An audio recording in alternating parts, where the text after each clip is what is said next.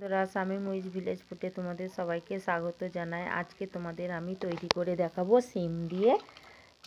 সিম আর ডিম দিয়ে পকোড়া। তোমরা এই দেখো, দেখতেই পাচ্ছ এটা সিম। আমি সিমটাকে আগে থেকে ধুয়ে আর এইভাবে টুকরো টুকরো করে আমি কেটে ছোট ছোট করে নিয়েছি। আর আগে থেকে আমি দুটো ডিম সেদ্ধ করে এইভাবে চাকা চাকা করে আমি কেটে নিয়েছি। তোমরা চাইলে ডিমটা কম বেশি করে নিতে পারো। ডিম আর সিম দিয়ে পকোড়া করার জন্য উপকরণ কি কি নিয়েছি তোমাদের আমি এখানে বলে দিচ্ছি। এখানে আছে কিছু গুঁড়ো মশলা, আদা রসুন বাটা, নুন, লঙ্কা, হলুদ গুঁড়ো, জিরের গুঁড়ো। এখানে আছে একটা বড় সাইজের পেঁয়াজ কুচো, ধনেপাতা কুচো, লঙ্কা কুচো, বেসন আর অ্যারারুট। তোমরা চাইলে চালের গুঁড়োও দিতে পারো, আমার কাছে চালের গুঁড়ো নেই তাই আমি এখানে দিয়ে দিচ্ছি অ্যারারুট। এই শুকনো উপকরণগুলো সব কিছু আমি এর মধ্যে সব একে একে দিয়ে খুব ভালো করে আমি মিশিয়ে নেব। সব কিছু আমি একসাথে সব দিয়ে দেবো।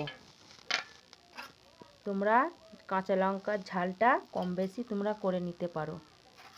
এইভাবে সব কিছু আমি দিয়ে খুব ভালো করে হাত দিয়ে আমি মেখে নেব। আমি এইগুলো হাত দিয়ে ভালো করে আমি মেখে নিয়েছি। এবার আমি এর মধ্যে বেসনটা দেবো আর এখানে আমার রুটটা আছে, আমি দিয়ে খুব ভালো করে আমি মিশিয়ে নেব। সব কিছু আমার মাখানো হয়ে গেছে। এবার আমি একটা ডিম নেব আর এই সিমের আমি মিশ্রণটা নেব। আমি এইভাবে একটার পর একটা এইভাবে আমি এর ওপর আমি এরকম করে দিয়ে একটা বড়ার আকারে আমি এইভাবে করে আমি ডিমটা মাঝখানে দিয়ে আমি এইভাবে বড়ার আকারে আমি তৈরি করে নেব সব কটা। এইভাবে আমি সব কটা তৈরি করে নেব।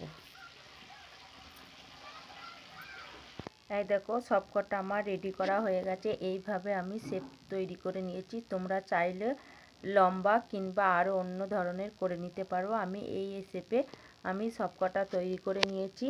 আর এদিকে আমি গ্যাস জেলে কড়াই বসিয়ে তেল গরম করতে আমি এদিকে দিয়ে দিয়েছি। এবার আমি হালকা আঁচে এগুলো সব আমি এবার ভেজে নেব। তেল আমার খুব ভালো করে গরম হয়ে গেছে। এবার আমি একটা একটা করে আমি এগুলো সব এর তেলের মধ্যে আমি এবার ছেড়ে দেব।